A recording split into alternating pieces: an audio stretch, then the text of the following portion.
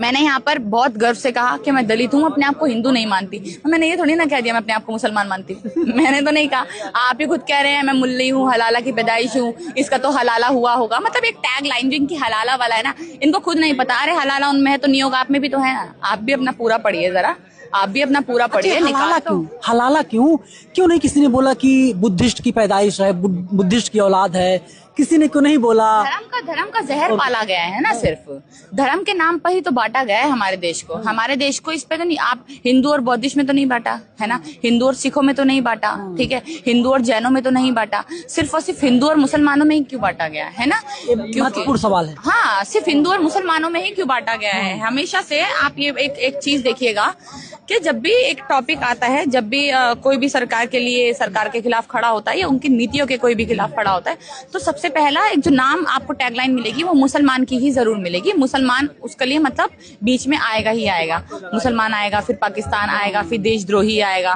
तो ये लोग इनडायरेक्टली सिर्फ और सिर्फ बीच में मुसलमानों को लाकर हिंदू मुसलमान के अंदर जहल पालकर हमारे देश को डिवाइड करना चाहते हैं, ठीक है।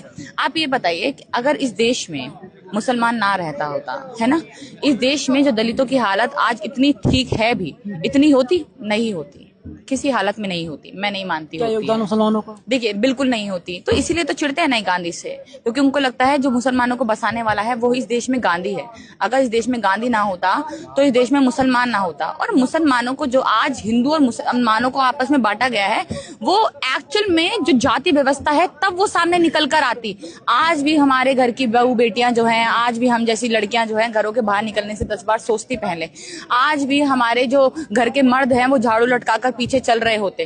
तो तब ये वाली सब चीजें देखिए, हर एक देश में है ना, चाहे आप फॉरेन कंट्रीज की बात कर लें, वहां पर काला और गोरे का भेद है ना।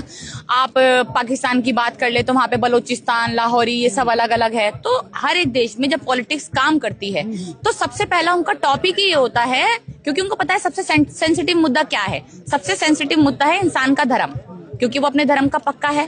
तो इंसान का जो सबसे सेंसिटिव मुद्दा है धर्म, और ये सबसे पहली चोट उसी पे लगाएंगे, है ना।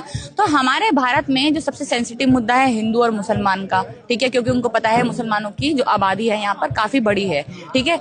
हिंदुओं के बाद सबसे बड़ी जो आबादी है यहाँ पर मुसलमानों की है। तो इनका जो ये जहर पलता है ये सिर्फ हिंदू मुसलमान करके। अब हम फॉरेन कंट्रीज में रह रहे होते तो शायद काले गोरे का होता।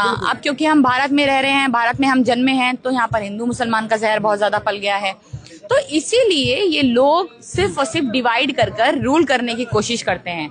आज जो अत्याचार मुसलमानों पर कर रहे हैं, आज आप लक्ष्मी नगर में मैंने देखा है कई बार कि वहीं पे एक नेता आता है और बोलता है अपनी जो